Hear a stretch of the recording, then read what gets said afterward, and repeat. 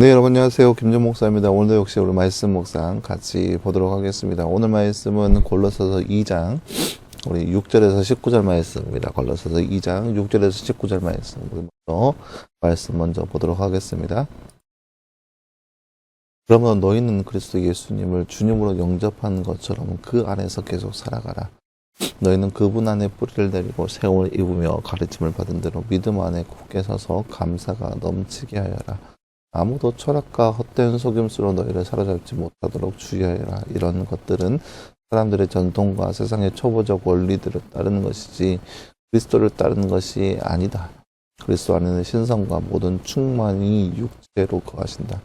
너희도 그리스도 안에서 모든 통치와 권세 머리이시다. 너희가 그리스도 안에서 손으로 하지 않는 할례를 받아 육체의 몸을 벗은 것이니 곧 그리스도의 할례이다. 너희는 세례를 통하여 그분과 함께 장사되었고 죽은 자들 가운데서 그분을 일으키신 하나님의 역사를 믿는 믿음으로 그분 안에서 그분과 함께 일으키심을 받았다. 너희가 죄와 육체의 무할례로 죽었으나 너희를 그리스도와 함께 살리셨고 하나님께서는 우리의 모든 죄를 용서하셨다. 하나님께서는 우리를 거슬러 대적하는 문서를 지워버리시고 그것을 십자가에 못 박아 없애버리셨다. 그분께서 십자가로 통치들과 권세들을 무력화시켜 밝히 드러내어 수치를 당하게 하시고 승리하셨다. 그러면 너희는 먹고 마시는 일이나 절기나 소화로 제사나 안식일 문제로 아무도 너희를 판단하지 못하다. 이런 것들은 점차 올 것들의 그림자일 뿐인 그 실체는 그리스도께 속해 있다. 아무도 거짓과 겸손과 선상 숭배를 강요하여 너희의 상을 빼앗지 못하게 하여라. 그런 자는 자기가 버는 것을 의지하여 자기 육신의 생각으로 헛되이 교만해져서 머리를 붙들지 않는 온몸은 그 머리로부터 기와 힘줄을 통해 영양을 공급받고 서로 결합되어 하나님께서 자라게 하시는 대로 자라난다. 아멘.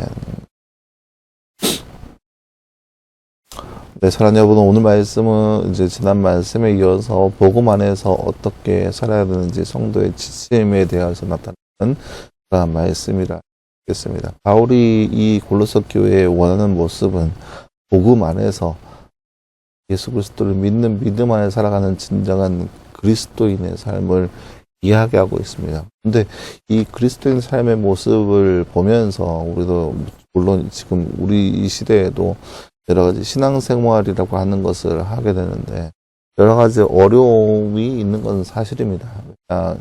우리가 진정으로 바라봐야 할 것이 무엇인지에 대한 그 지표가 불확실하기 때문이죠. 그러니까 교회 다니는 사람들을 바라보면서 그들의 신앙이 잘 되고 있다라고 하는 평가하는 경우가 과연 무엇이 있을까요? 여러분, 우리 주변만 보더라도 신앙생활 잘 하고 있다라고 하는 그런 모습들, 심지어 우리가 흔히 많이 하는 대로 믿음이 좋다라고 얘기하는 삶의 지표가 되는 것은 과연 무엇일까요?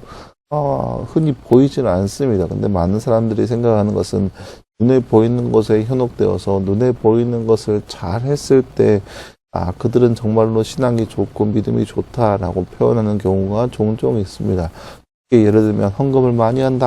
헌금을 많이 하니까 그 사람 믿음이 좋다라고 표현하는 경우가 때로는 있죠. 안식, 주일날 예배를 빠지지 않는다라고 해서 그 사람 믿음이 좋다라고 평가하는 경우도 종종 있습니다. 여러 가지 절기 행사 때 빠지지 않고 참여한다. 그러니까 그 사람의 믿음은 정말 위대하다 이야기하는 경우도 때로는 있습니다. 과연 그것이 정말로 우리가 얘기하는 대로 믿음의 지표가 과연 될 수 있을까라고 하는 그 문제에 의문이 돼 있는 거죠. 주일날 한 번도 빠지지 않고 교회 나간다고 해서 그 사람은 정말 믿음이 좋을까요? 그것은 알 수가 없는 일이거든요. 그것은 감히 누가 하나가 딱 집어서 정의를 내릴 수 있는 부분이 아닙니다. 근데 우리는 많은 사람들이 그렇게 이야기하고 있다는 거죠. 바로 오늘 말씀에서 골로새 교인들에게 그러한 점을 딱 집어서 이야기하고 있습니다. 그래서 6절 말씀에 보면은 너희가 예수님을 주님으로 영접한 것처럼 계속해서 그렇게 살아가라. 예수님을 영접한 것처럼 예수님을 믿고 예수님 안에서 그렇게 살아가라 라고 얘기하는 거예요. 그래서 그분 안에서 뿌리를 내리고 세움을 입으며 가르침 받은 대로 믿음 안에 굳게 서서 감사가 넘치게 하여라. 그러니까 신앙생활 믿음 안에서 잘 뿌려가라라고 당부하고 있어요.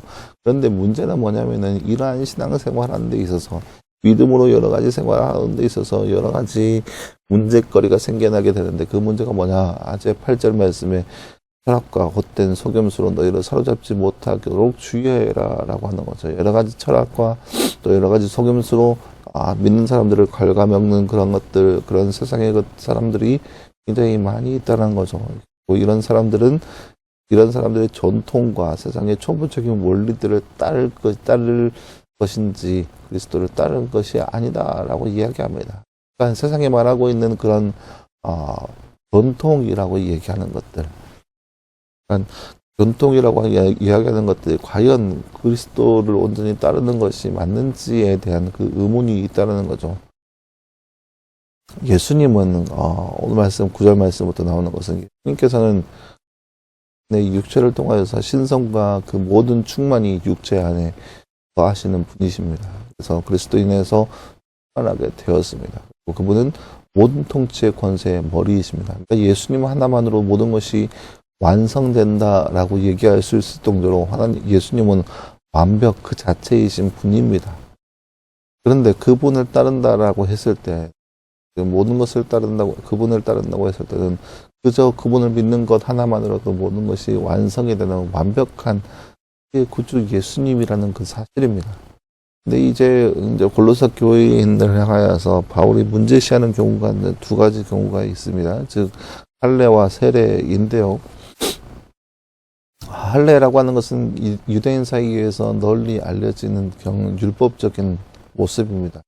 어떤 남자든 간에 난지 8일 만에 포피를 잘라내는 할례를 행해야 했습니다. 이것은 그 옛날 오래된 이야기죠. 아브라함 시절 때부터 하나님께서 너가 만약 아들을 낳으면 난지 8일 만에 그 아이의 포피를 잘라서 거룩하게 구별된 모습을 취하라 라고 하는 그 말씀이 아브라함 시대 때 하나님께서 아브라함에게 주신 명령 중 하나입니다. 그래서 아브라함 이후로 모든 사람들은 믿는 사람들은 모든 그 이스라엘 계보의 사람들은 구별된 모습으로 하나가 바로 할례였었습니다. 할례를 받아야 구별된 사람이라 칭하였었습니다.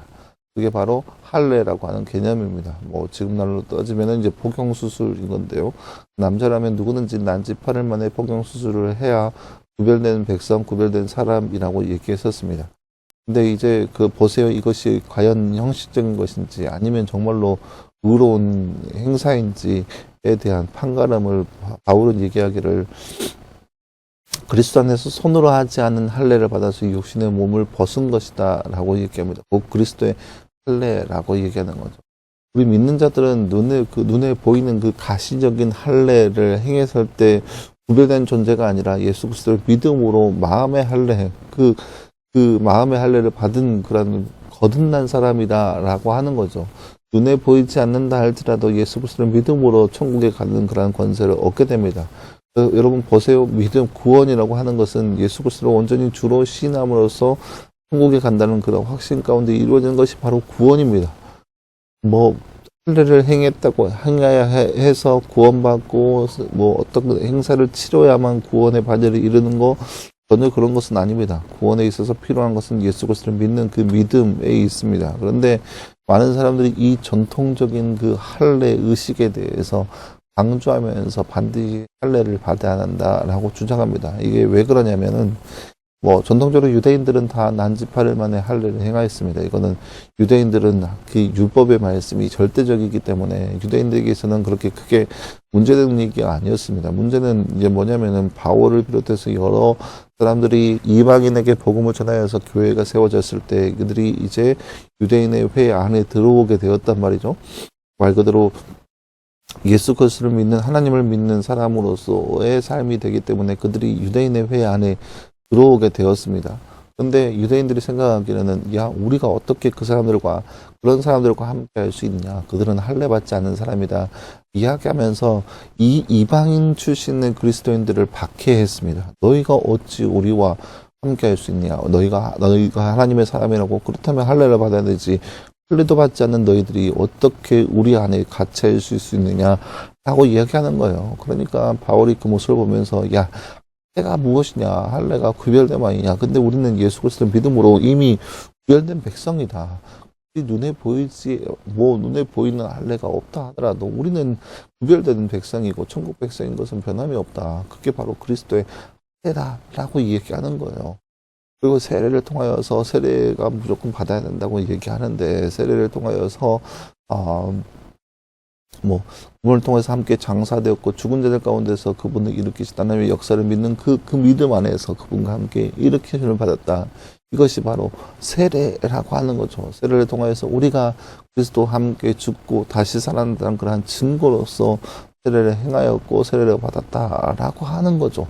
이게 형식적인 유대인 사이에 자리 잡고 있는 형식적인 행사 중에 하나였었습니다. 바울은 이것을 보면서 과연 그 형식이 중요한가, 과연 그 형식이 반드시 있어야 하는 문제인가에 대해서 의문형을 던집니다. 그러면서 13절 말씀에 나오죠. 너희가 죄와 육체의 무할례로 죽었으나 너희를 그리스도와 함께 살리셨고 너 하나님께서는 우리의 모든 죄를 용서하셨다 라고 하는 거죠. 하나님께서는 우리를 거슬려서 우리를 대적하는 빈 문서를 다 지워버리시고 그것을 십자가에 못 박아 없애버리셨다라고 하는 거예요. 그러니까 무슨 말이냐? 할례 받지 하더라도 우리가 예수 그리스도를 믿음으로 우리가 가지고 있는 모든 죄악된 것들, 우리가 가지고 있는 모든 그 종의 신분이었던 그 모든 것들을 십자가에 다 못 박아서 완전히 없애버렸다라고 하는 할례 받지 않았다 하더라도 할례 받은 백성으로서 거룩하게 구별함을 받을 것이다 라고 하는 것이 바로 바울이 얘기하고 있는 바입니다. 그런데 바울이 얘기하는 바는 여기서 끝나는 것이 아니라 그 뒤에 보면은 16절 말씀에 이렇게 기록되어 있어요. 그분께서 그러므로 너희는 먹고 마시는 일이나 절기나 초하루 제사나 안식일 문제로 아무도 너희를 판단하지 못하게 하여라 라고 나와 있습니다. 그러니까 그런 거예요. 이게 이런 것도 역시 마찬가지로 형식적인 거거든요. 먹고 마시는 거에서 유대인의 회에서는 정결한 것만 먹을 수 있었습니다. 정결한 것만 먹을 수 있었고 부정한 것들은 먹을 수가 없었습니다. 또 대표적인 예가 이제 육고기 중에서 소고기만 먹을 수 있고 돼지고기는 율법의 부정한 증중으로 보았습니다. 그러니까 먹고 마시는 것이나 아니면 여러 유대인의 절기나 초하루나 안식일 문제로 사람들이 너희를 판단하지 않도록 잘 따라 주어라 라고 하는 거예요. 형식이 중요한 거 절대 아닙니다. 형식으로 인해서 구원받는 것은 절대 아닙니다. 하지만 이 형식적인 것으로 터치받지 않기 위해서 그 형식적인 것도 취하라라고 하는 거예요. 할례 받지 않아도 구원받을 수 있습니다. 하지만 사람들이 너희들을 향해서 할례를 향하여서 이야기한다라고 했을 때 그게 중요한 것은 아니거든요. 근데 그것은 이제 말 그대로 좀 크나큰 문제이고 정말 이 유대인들이 얘기하고 있는 기본적인 것들을 먹고 마시는 것이나 절기나 초하루 제사나 또 안식일 문제 이런 것들은 굉장히 유대인들에게 있어서도 굉장히 기본적인 형식이었었습니다. 아마 그 기본적인 형식을 취하지 않으면 말 그대로 기본도 안 되는 사람에 불과하죠. 그렇게 해서 유대인들이 여러 가지 모습으로 공격을 하니까 그런 거에 있어서 아무도 너희를 판단하지 못하게 그런 기본적인 것은 수행해라. 물론 그런 기본적인 것을 하지 않는다 하더라도 구원의 반열에 오를 수 있지만 그래도 그것 때문에 믿음 생활하는데 지장이 있으면 안 되니까 그런 것들을 잘 행하게 하는 것이 좋다라고 하는 거죠. 그래서 그걸 통하여서 장차 우리가 그리스도께 속하였다는 그 사실을 잊지 말고 그 형식적인 것에 치우치지 말고 또한 그 외에도 교회 안에 여러 가지 어려운 거리들 성사숭배나 상을 빼앗지 못한 그런 모든 거짓된 것들이 교회 안에 있을 건데 그런 것들을 하라라고 얘기하는 겁니다. 사랑하는 여러분, 오늘 말씀을 통해서 우리가 생각할 수 있는 것은 우리가 신앙생활 하는 데 있어서 형식적인 것은 그렇게 중요한 것은 아닙니다. 형식적인 것은 말 그대로 하나의 가이드라인이지 그것을 통해서 우리가 구원받았다라고 이야기할 수는 없습니다. 주일 예배 1년에 52주 되는 그 주일을 52원의 주일 예배를 참석하지 않았다 하더라도 우리는 구원받을 수 있습니다.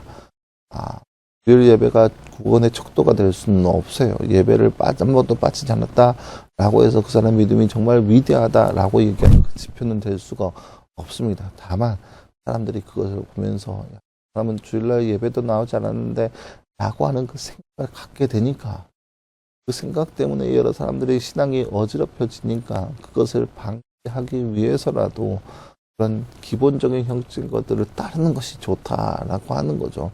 그것이 절대적인 것이 아니라 때문에 우리의 삶 가운데 있어서 형식에 치우치는 그런 그리스도의 삶의 모습이 아니라 오로지 진리, 하나의 진리, 예수님이 우리를 위해서 이 땅 가운데 오셨고 예수님만이 우리의 구원자라는 그 사실 앞에 주님만을 위해 섬기고 주를 위해 살아가는 삶, 거룩한 문제만큼은 반드시 지닌 채 그렇게 신앙생활을 할 수 있는 삶, 거룩한 삶의 모습이 바로 우리 가운데 이루어지기를 소망합니다.